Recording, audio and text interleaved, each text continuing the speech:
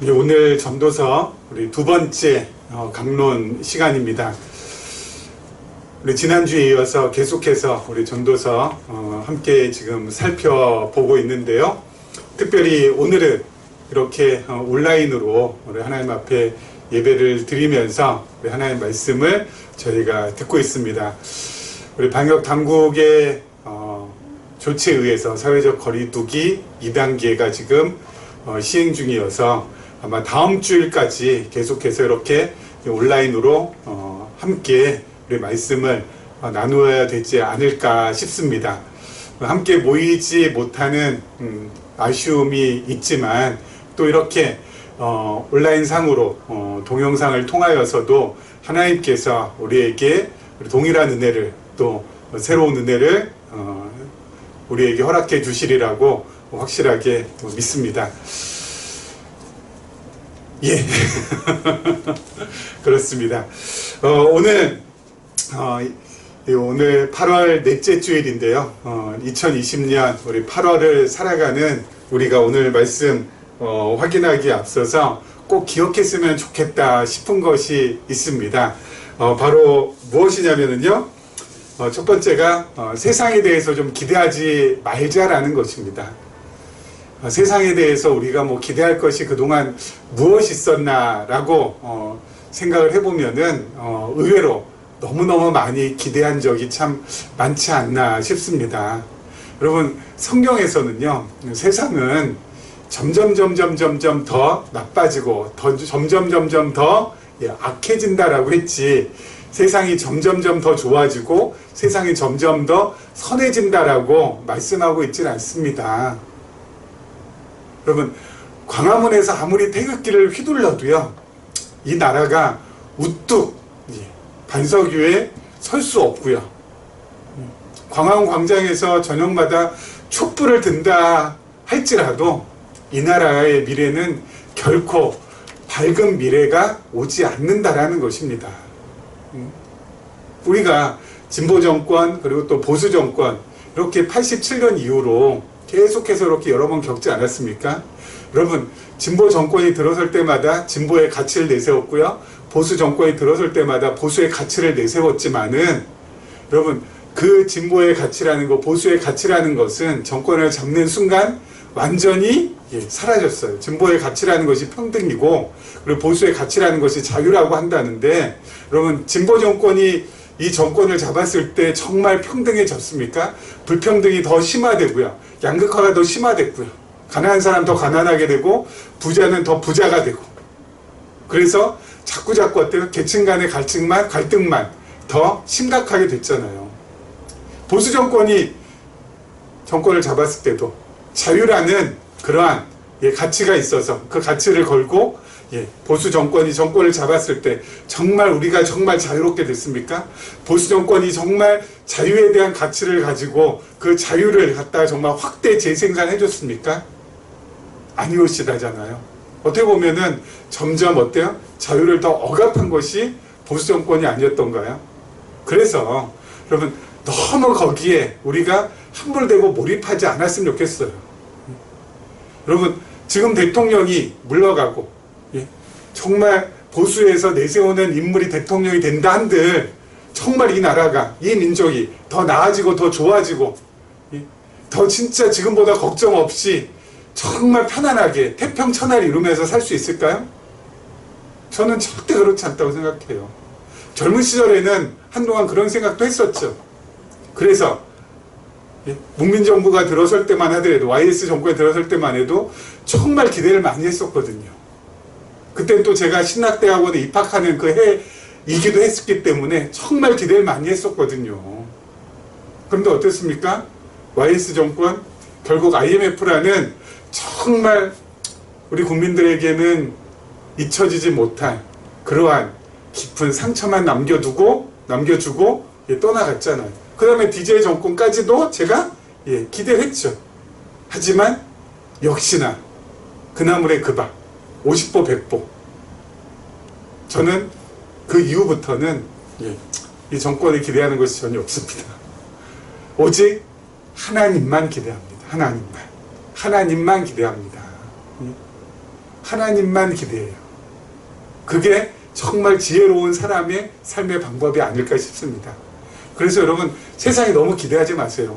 우리가 이렇게 하면 세상이 더 나아지겠지, 이렇게 하면 더 좋아지겠지, 정권이 새롭게 들어서면은 훨씬 더 우리가 이 풍요로워지고 정말 부국강병이 되어서 정말 화평하고 평화롭게 살아가겠지. 여러분, 꿈도 꾸지 마시라니까요. 그렇게 된 적이 없다니까요. 예? 또 그렇게 될 수도 없고요. 이 땅은 점점 어때요? 더 죄악은 관영해지고 더 힘들어지고 더 어려워집니다. 성경이 그렇게 말해주고 있거든요. 종말에 가까울수록 어때요? 사랑은 더 식어진다고. 사람들은 자기 자신들만을 위주로 해서 산다고. 여러분, 그렇기 때문에 우리가 그런 거에 현혹되거나 또 속아서는 안 될 것으로 생각이 됩니다. 그럼 어떻게 살아야 될까요? 그럼 어떻게 살아야 될까요? 그럼 어떻게 사는 것이 이거 뭐 세상을 뭐 기대하지 않고 뭐 어떤 정권이 들어서도 뭐 다 똑같다는데 그러면 뭐 어떻게 해야 될까요? 예? 우리 수준에서, 우리 지금 현재 우리 수준에서 정말 하나님 앞에서 선을 행하면서 살면 돼요. 여러분, 우리 수준에서 선을 행한다는 거 우리 갈라디아서 우리 공부할 때 한번 우리 확인했습니다만은 다시 한번 말씀을 드리면은 우리 수준에서 선을 행하며 사는 거 크게 세 가지라고 했죠. 뭡니까? 첫 번째, 이게 나라면, 이게 나라면은 미라고 해야 되나요? 아니면 아이라고 하는 게 더 낫겠네요. 자, 이 나라면 어떻게 해야 돼요? 하나의 말씀을 마스터링하는 거, 그렇죠? 마스터하는 거, 마스터. 완전히 체득화하는 것. 특별히 지금 이렇게 전도서 말씀 함께 지금 공부하고 있는데 이 말씀을 내 것으로 완전히 체화시키는 것. 그게 바로 마스터링. 예? 마스터링 하는 거. 그리고 또 어때요? 이 체득화된 이 하나님 말씀을 증거하는 거. 뭐라고 했습니까? 테스티파잉.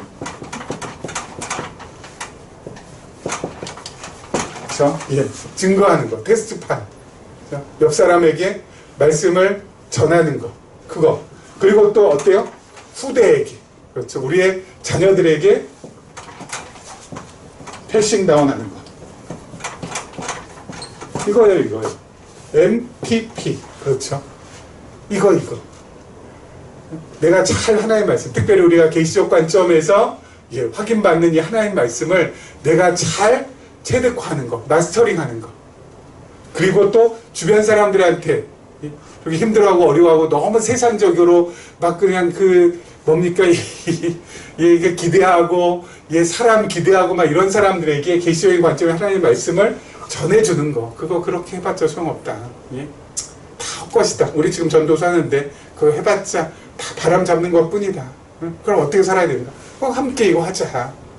하나님의 말씀을 내 것으로 만들고, 그리고 곁에 있는 사람, 주변에 있는 사람들한테 이 불쌍한 영혼, 힘든 영혼에게 전해주고, 그리고 어때요? 우리의 자녀들에게 물려주는 거. 그렇죠?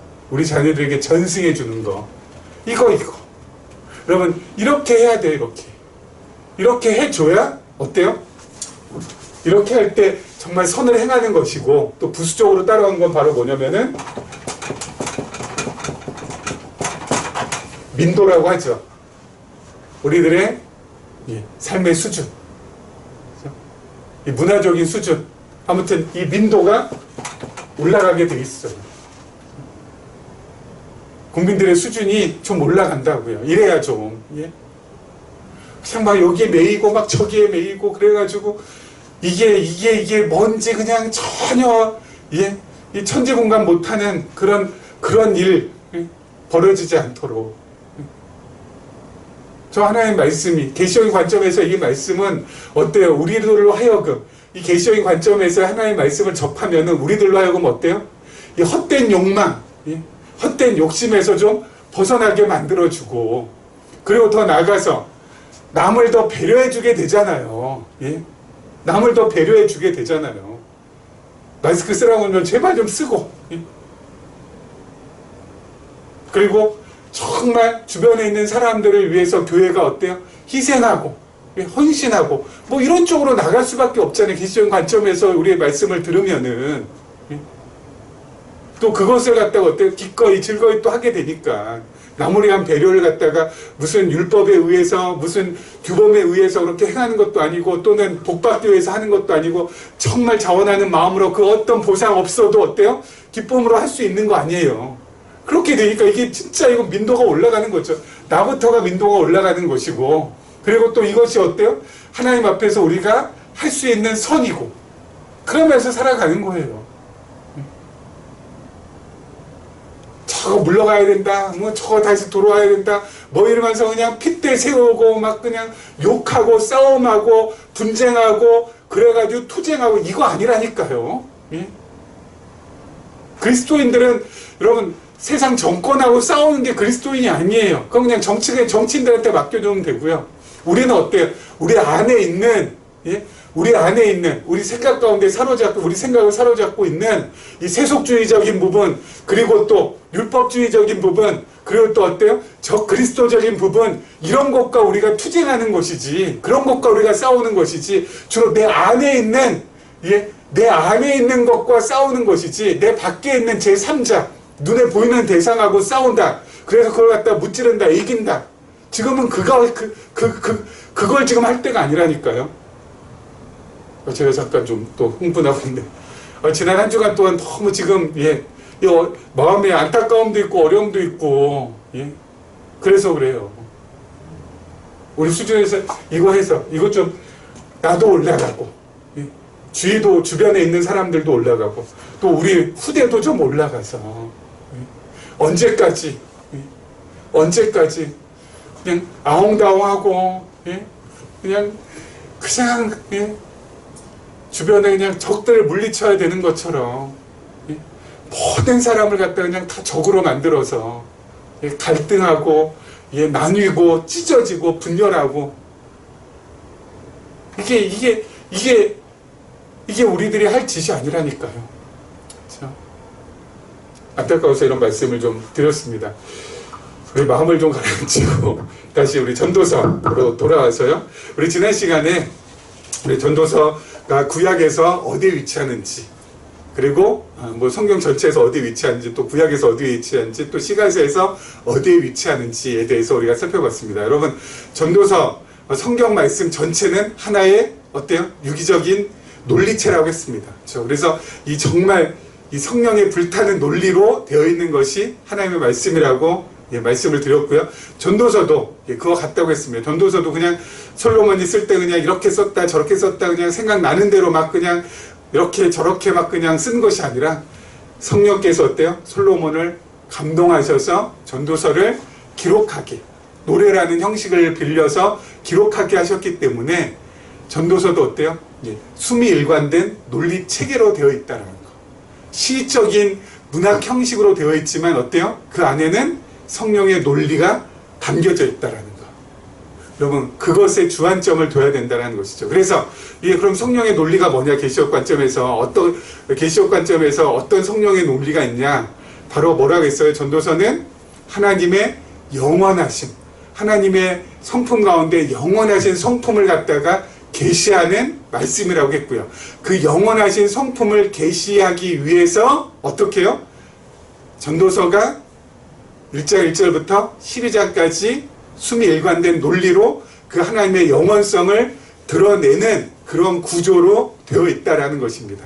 그러면은 어떻게 그렇게 논리적으로 숨이 일관된 논리적인 일관성을 가지고 전도서가 그렇게 돼 있을까요? 세세한 부분은 우리 교회 홈페이지 들어오시면은 거기에 전도서 강론 자료라고 해서 제가 파일 하나를 업로드 해놨습니다. 아래 한글 파일이거든요. 여러분들 꼭 다운로드해서 한번 살펴보시기 바랍니다. 그럼 전도서가 이런 식으로 전체적인 흐름이 되어 있고 이런 전체적인 흐름을 통하여서 하나님의 영원하심을 드러내는 계시하는 말씀이구나 라는 것을 아마 개략적으로 저희가 지금 세세하게 살피지만은 아마 그것만 딱 봐도 개략적으로 아마 확인받으실 수가 있으니까요. 우리 교회 홈페이지 www.delight.or.kr 거기에 들어가셔가지고 꼭 다운로드 받으셔가지고 전도서 읽으시면서 한번 이렇게 비교하면서 한번 읽어보시기 바랍니다. 그래서 전도서에서는 뭐 다른 것이 아니라 뭐예요? 하나님의 영원한 성품을 계시하는, 우리에게 계시해 주시는 말씀이기 때문에 우리가 거기에 어때요? 포커싱을 하면 됩니다. 거기에 초점을 딱 맞춰서 말씀을 읽어가면은 그야말로 분명하다라는 거. 특별히 전도서는 전반부하고 후반부로 되어 있는데요. 전반부는 1장부터 7장까지, 그리고 후반부는 8장부터 12장까지 되어 있는데요. 전반부는 인간들의 무익한 행사와 재물, 인간들의 무익한 일과 그리고 인간들이 무익한 재물, 이 부분이 1장부터 몇 장까지요? 7장까지. 그리고 후반부가 하나님의 영원하신 행사.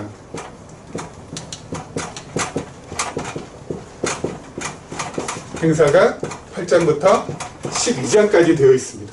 그래서 전도서도 요 앞부분만 딸랑 읽으면은 절대 안 돼요. 그러니까 전도서도 어때요? 1장부터 12장까지 전체적으로 쭉 한번 보셔야 돼요. 그냥 부분만 보면은 그야말로 영세주의적으로 또 허무주의적으로 들어가기 딱 쉬워요.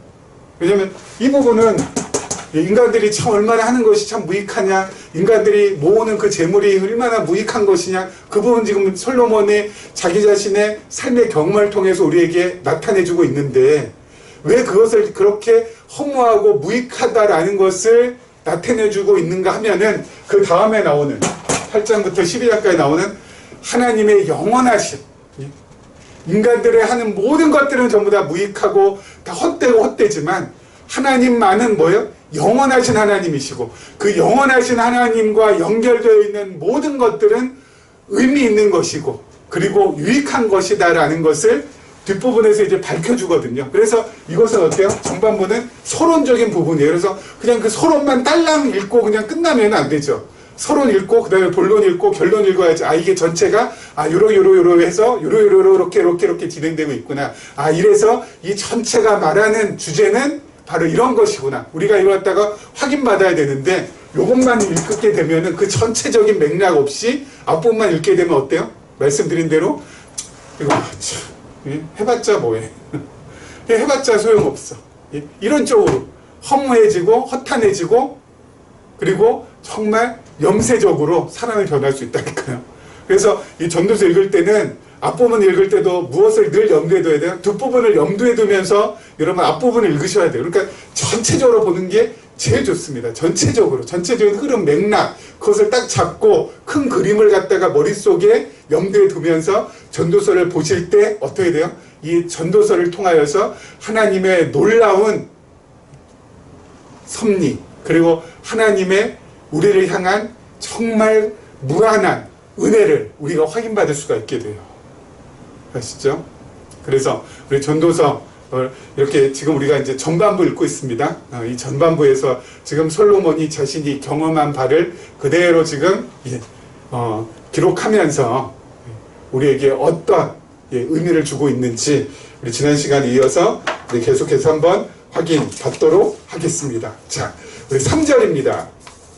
해 아래에서 수고하는 모든 수고가 사람에게 무엇이 유익한가? 여러분, 아까 말씀드렸죠? 솔로몬이 지금 1장부터 7장까지의 모든 일들은 전제가 있어요. 뭐예요? 해 아래. 그렇죠? 해 아래에서 수고하는 거.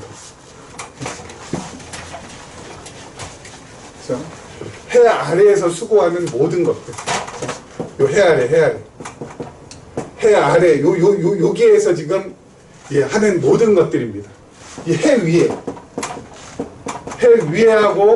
위에하고는 단절되어 있는, 해 위에는 누가 계시죠? 영원하신 하나님 계시거든요. 근데 이 영원하신 하나님을 제외한, 단절이 된, 요 해 아래에서의 삶, 요거 지금 얘기하는 거거든요. 그래서 해 아래에서 하는 모든 수고, 다시 말씀드려서 해 위에 있는 하나님을 전제하지 않고 해 위에 있는 하나님과 연결되지 않은 모든 수고는 어떤다고요? 유익한가? 예, 유익하지 않다라고요. 아무런 남는 것이 없는 거, 예, 쓸모가 없는 거, 무익한 거. 그 옛날에 이런 예화가 있어가지고 제가 한번 살펴보니까 아직까지도 있더라고요. 로마에 가면, 로마라고 했나요? 이탈리아에 가면은 우르바노라는 대학에 예, 뭐 강당인지 아니면 전문인지 거기에 그리고 그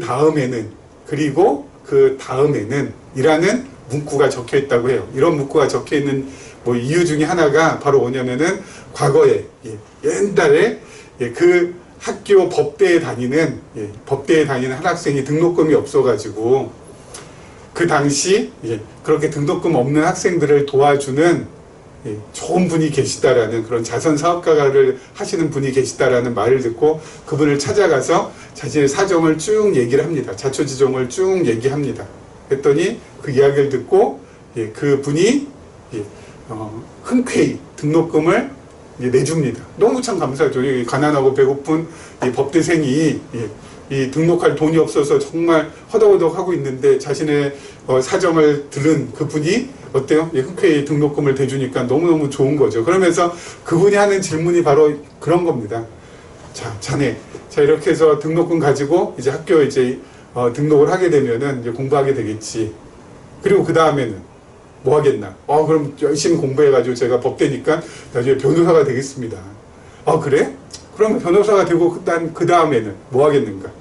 변호사가 되고 났으니까 이제 저는 열심히 돈을 벌어야겠죠. 그래? 그러면 돈을 그렇게 열심히 번다면 뭐 하겠는가? 돈 벌었으니까 이제 집도 장만했으니까 이제 결혼도 해야 되지 않겠습니까? 그래? 그럼 집 장만하고 결혼한 그 다음엔 뭐 할 건가? 그 다음에는 자식들 낳아서 키워야죠. 그래? 그럼 자식들 낳아서 키운 다음에 뭐 할 건가? 그 자식들 잘 키워가지고 뒷바라지 잘해가지고 그 자식들도 어때요? 결혼시키고 그리고 저도 이제 손자 손녀 이제 보겠죠. 그래? 그렇게 해서 손자 손녀 본 다음에 그 다음에 또 어떡하겠는가? 손자 손녀 본 다음에 이제 저도 나이가 들었으니까 아마 병들겠죠. 그럼 병든 다음에는 그 다음에 죽겠죠. 그래? 죽은 다음에는 여러분, 인생이라는 것이 결국은 어때요?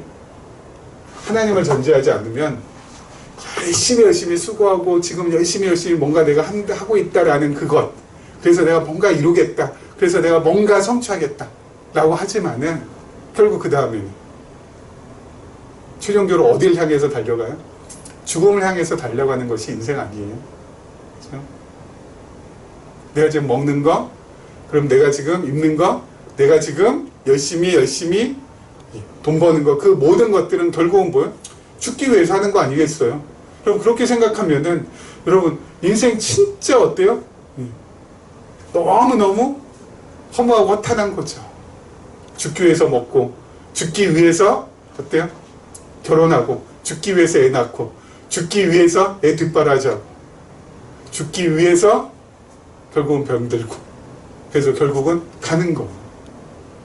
여러분, 하나님을 해외에 계신 하나님, 영원하신 하나님을 여러분 이것과 단절되어 있는 해 아래에서의 이 삶은 그 어떤 것도 어때요? 의미 있게 남길 수가 있는 것이 아무것도 없어요. 진짜로. 죽기 위해 하는 거예요. 죽기 위해.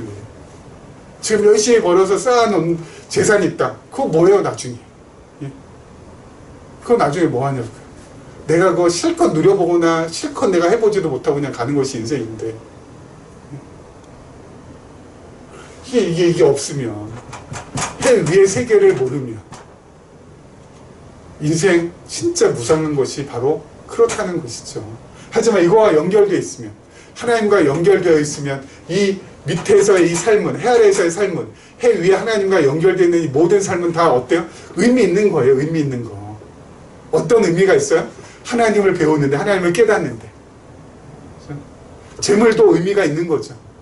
재물이 있는 것도 의미 있는 것이고 없는 것도 의미 있는 거죠. 어때요? 재물이 있으면 있는 대로 하나님을 위하여서 정말 선을 행하면서 살 수 있도록 하나님께서 나를 이렇게 재물을 주셨으니까, 풍족하게 선을 행하면서 살 수 있으니까 어때요? 하나님께 감사하면서 선을 행하면 되니까 어떻게 하면 되는 거예요? 그게 진짜 의미 있는 삶이 되는 것이고, 재물이 없어도 의미가 있어요. 왜 없어요? 가난하고 궁핍해도 내 안에 있는 예수 그리스도, 내 가슴 안에 새겨져 있는 하나님의 말씀, 그것만큼은 더 이상 가난이 빼앗아갈 수 없습니다. 초가 삼간에 내가 산다 할지라도 내 안에 계신 하나님으로 인하여서 족하고 그 하나님으로 인하여서 오히려 내가 기뻐합니다. 하박국 선지자처럼 어때요? 무화과 나무에 열매가 하나도 없고 논밭에 소출이 하나도 없고 외양간에 송아지 없어도 나는 하나님으로 인하여서 기뻐하며 즐거워합니다. 재물이 있어도 의미 있는 삶이 되는 것이고 재물이 없어도 의미 있는 삶이 되는 것이니까 하나님과 연결되어 있는 사람이라면은 바로 그런 거죠. 하나님과 연결되지 않은 사람, 자식 낳아서 키우고 그래서 그 자식이 장성해가지고 결혼하고 나서는 어때요? 뭐 빈동지 신드롬인가요? 그래서 이 허전한 마음을 갖다가 어떻게 할 수 없대잖아요. 자식 다 여의고 나서는. 근데 우리는 그게 목적이 아니거든요. 자식 키우면서, 자식 자라면서, 그리고 자식이 시집장가 들면서 어때요?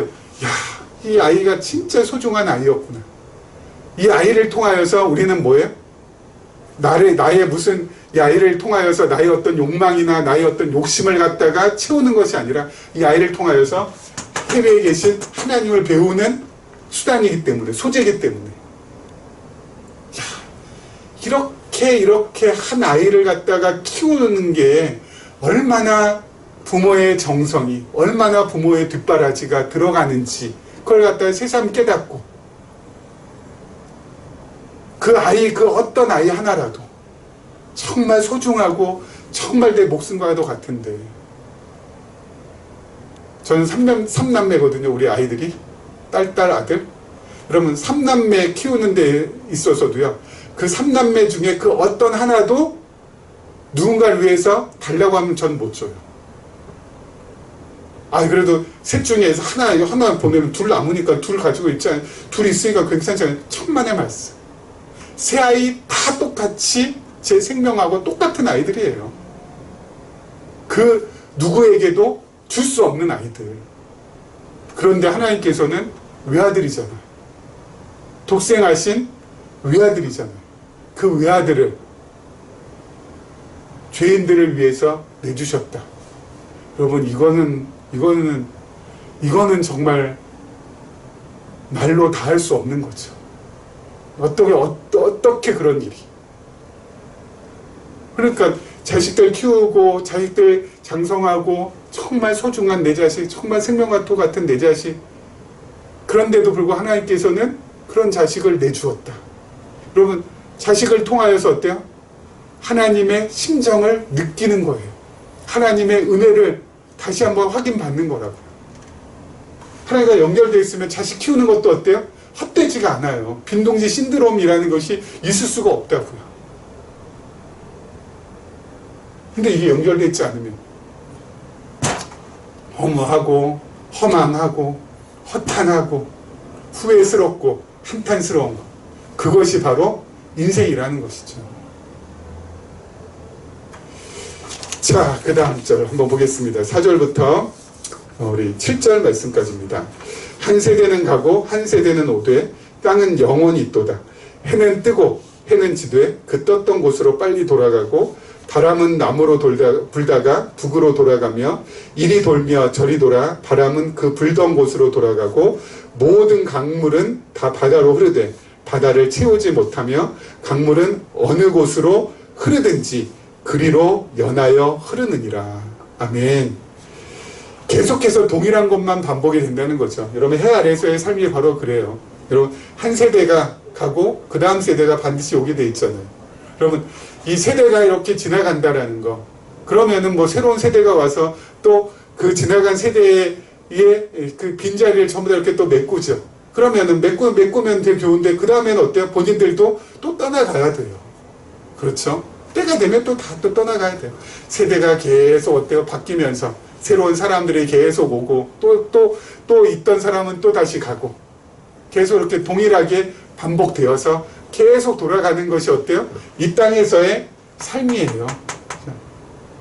여러분, 저와 같은 세대에 계신 분들, 저희가 50대가 될 줄 20대에 정말 꿈이나 꿨습니까? 20대 청년 시절에 이 50대를 바라보면은, 정말 깝깝하신 분들이 참 많았거든요. 답답하신 분들이 참 많았거든요. 정말 기성세대, 정말 말이 안 통해. 예. 그러면서 저희가 80년대 후반기를 갖다가 살지 않았습니까? 근데 이제는 어때요? 90년대 우리 자녀 세대가 이제 20대가 돼가지고 저희들을 바라보면서 꼰대라고 하고 답답하다고 하고 뭐야 이게 라떼 말이야 그거 그 얘기나 한다고 하고 그러면서 피하려고 하고 예? 대화 나누지 않으려고 하고 똑같아요. 그럼 얘네 90년대생들이 나중에 50대가 돼서는 그러면 뭔가 많이 달라져 있을까? 아니요. 다시 또 그 90년대생들은 모르겠어요. 2020년대생들이 아마 90년대생들을 바라보면서 또 뭐라 하지 않겠어요? 계속 어때요? 끊임없이 동일하게 반복돼요. 아무런 의미 없이. 간 세대 가면은 다시 오고 다시 오면은 또 다시 가고 또 다시 돌아오고 거기에 무슨 의미가 있겠어요? 그냥 살아가는 거죠. 그냥 물레방아 돌듯이 쳇바퀴 돌듯이 삶이라는 게 그런 거라는 거죠. 솔로몬이 보니까 한 세대는 가고 또 다른 세대가 오고 온 세대는 또 다시 또 가고 다시 또 다시 오고 그러면서 이 자연도 어때요? 똑같이 돌아가는 거예요. 봄이 오면 여름 오면은 가을 오면 겨울 이 사계절 계속 반복 동일 반복 사람의 삶도 동일 반복 자연도 동일하게 반복 거기에 무슨 의미가 있을까? 반복하면 반복할수록 나이만 들어가니까 반복하면 반복할수록 점점 늙어만 가는데 거기에 무슨 의미가 있겠냐고. 해 아래 많이 지어졌네요. 해 아래가 바로 그렇다고. 하지만 이게 연결되면은 그것이 무의미한 게 아니라는 거죠. 여러분 세대가 바뀐다라는 거, 그냥 이렇게 세 사람이 들어오고 30대가 이제 30대 40대 되고 40대가 50대 되고 50대가 60대 되고 해서 이렇게 그냥 나이 먹는 순으로 이렇게 쭉쭉쭉쭉 이렇게 바꿔 들어간다는 이게 중요한 게 아니라 중요한 건 뭐예요? 세대가 바뀌면 바뀔수록 하나님의 말씀이 이 계속 어때요? 전승되어서 아까 말씀드렸잖아요. 지금 2020년 우리 기쁨의 교회 다니는 우리들 요 안에만 머물렀던 요 계시적인 관점에서의 요 말씀이 이것이 세대가 계속 오고 또다시 오고 하면서 어떻게 될까요? 이게 좀 확장되고 이게 조금 더 번지고 그렇게 해서 더 많은 사람들이 이 계시적인 관점에서의 말씀을 접하게 되고 접한 그 사람들의 민도가 좀 많이 올라가게 되고 그래서 그들의 삶에 정말 놀라운 영향을 미칠 수 있도록 해주고 그래서 모든 너 하나 할 거 없이 정말 많은 사람들이 이 계시적인 관점에서의 이 말씀을 통하여서 자신의 인생을 새롭게 할 수 있다면 그건 참 감사한 것이죠. 그렇지 않겠어요? 그냥 세대만 그냥 동일하게 반복되고 이 과거에 일했던 사람들이 이제 늙었으니까 가고 새로운 사람 젊은 사람 와서 또 똑같은 일을 가축하고 또 이 사람 또 늙어가지고 또 이제 가고 은퇴하고 그 다음에 또 새로운 사람 젊은 사람 들어와 이게 아니라 하나님 말씀을 가진 우리들 연결되어 있는 하나님 계시적인 관점에서 이 말씀이 저는 아까 말씀드린 대로 계속 패싱다운 돼가지고 이게 계속 이어져서 정말 2020년대의 이 교회의 전형적인 모습에서 좀 이렇게 벗어난 더 멋지고 더 새로워지고 더 근사해진 그의 모습을 후대들이 좀 이렇게 주님 오실 때까지 그런 모습을 계속 가지면서 살아갔으면 하는 그런 소망이 있고 또 그렇게 될 때 이게 의미가 있는 거죠. 동일한 반복이. 이 반복이라는 것이 의미가 있는 거죠. 그렇지 않겠어요? 자, 그 다음에 한번 보겠습니다. 8절까지 하고 말씀을 좀 마무리 짓도록 하죠. 모든 만물이 피곤하다는 것을 사람이 말로 다 말할 수는 없나니 눈은 보아도 족함이 없고 귀는 들어도 가득 차지 아니하도다. 그러면 솔로몬이야말로 정말 좋은 것들 많이 눈으로 본 사람 아니겠어요? 그리고 정말 그 당시에 최첨단의 뭐 음악이든 최첨단의 뭐 여기 학자들의 어떤 이 지식과 지혜의 어떤 그런 가르침이든 이 사람이 어때요? 다 들은 사람 아니겠어요? 그런데 눈은 보아도 뭐라고요? 족함이 없고 귀는 들어도 가득 차지 않는다고요. 이유는 뭐라고요? 하나님과 연결되지 않은 거기 때문에. 하나님과 연결되지 않은 거. 해 위의 세계와 연결되지 않은 해 아래의 것들은 여러분 그 어떤 것을 보게 해준다고 해도 어때요? 그냥 하고 그냥 끝나요. 우리 지금 코로나 때문에 여행 많이 못 다니는데 여러분 여행 다니면은 정말 뭐 중국도 그렇고 미국도 그렇고 또 러시아도 그렇고 뭐 남미도 그렇고요, 뭐 아프리카도 그렇고 정말 멋진 경관을 가지고 있는 그런 장소들이 많지 않습니까? 해 아래 그 좋은 장소들이 전부 다 있지 않아요? 해 위의 세계를 모른다면은 가서 어때요? 야, 엄청나다. 야, 대단하다. 그게 끝이에요. 야, 그리고 와서 어때요? 내가 가봤더니 거기 진짜 어마어마하더라. 뭐 이렇게 자랑하고 자기 본 것에 대해서 그렇게 하고 엄청나다 하면 이게 뭐 이 눈으로 본 것은 어때? 이 눈에 이게 가득 차야 되는데 그래서 더 이상 새로운 것 보는 것 이제 안 봐도 된다 라고 할 정도로 이게 그냥 눈에 족함이 있어야 되고 세상에 정말 좋은 음악들 좋은 가르침들 많이 들었으면은 어때요? 야, 이 가르침으로 이게 가득가득 채워져 있기 때문에 이제 더 이상 안 들어도 되겠다 라고 해야 되는데 그게 아니라고요. 눈은 계속 봐야 되고 귀는 계속 들어야 되고 그러니까 계속 피곤한 거예요. 계속 피곤한 거. 이 죄악된 인생이 바로 그렇다고요. 뭔가 새로운 거 있을까 해서 계속 보고 뭔가 새로운 거 들을 거 없을까 해서 계속 듣지만은 해 아래에서는 이게 채워지지 않는다니까요. 보는 것으로 채워지지 않고 듣는 것으로 채워지지 않는다니까요. 무엇을 접할 때 채워져요? 하나님을 접할 때 채워져요. 눈의 갈증, 귀의 갈증은 하나님을 볼 때, 하나님을 들을 때 채워진다고. 그래서 세상에 있는 수많은 사람들은 어때요? 이렇게 계속 뭔가 새로운 거 없을까 해서 계속 보러 다니고 뭔가 새로운 거 들을 게 없을까 해서 계속 들으러 다니지만 그 모든 것이 어때요? 그냥 피곤으로 그냥 점철되는 거예요. 그 피곤은 풀리지도 않잖아요. 우리는 어때요? 계시의 말씀, 그렇죠? 계시적 관점에서 이 전도서 이 말씀도 들으면 들을수록 내가 어쩌다가 이렇게 하나님의 자녀가 되었고 하나님의 자녀가 된 것만 해도 너무너무 감사한 일인데 계시적인 관점을 접하게 하셔가지고 세상의 그 허탄한 것으로부터 세상의 그 유혹으로부터 어느 정도 좀 벗어날 수 있도록 해주시고 그리고 하나님이 정말 소중하다는 것 하나님이 정말 감사하다는 것 이렇게 깨닫게 해주셨는가. 진짜 고맙다. 나는 진짜 행복한 사람이다. 나는 정말 하나님께서 사랑하는 둘도 없는 자녀구나. 이거 느낄 때마다 어떻게 돼요? 이런 거 깨달을 때마다 어떻게 돼요? 가슴이 정말 어때요? 뭉클뭉클해지고 또 복받치고 그 은혜의 감격 때문에 그 세상에 가장 힘들고 어려운 상황 속에서도 오히려 어때요? 감사로 모든 것을 승화시킬 수 있고 기쁨으로 승화시킬 수 있는 그러한 마음의 여유가 생기니까 그 여유를 가지고 하루하루 감당하면서 살게 되는 거 아니겠어요?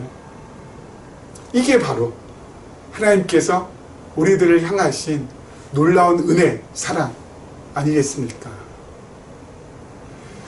여러분, 오늘 말씀 여기서 마무리해야 되겠네요. 이러한 은혜와 이러한 사랑 마음에 간직하시면서 남은 8월,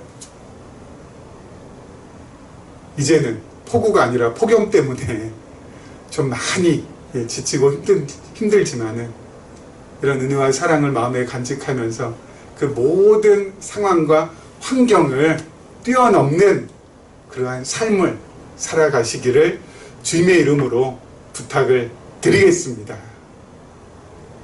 기도하겠습니다.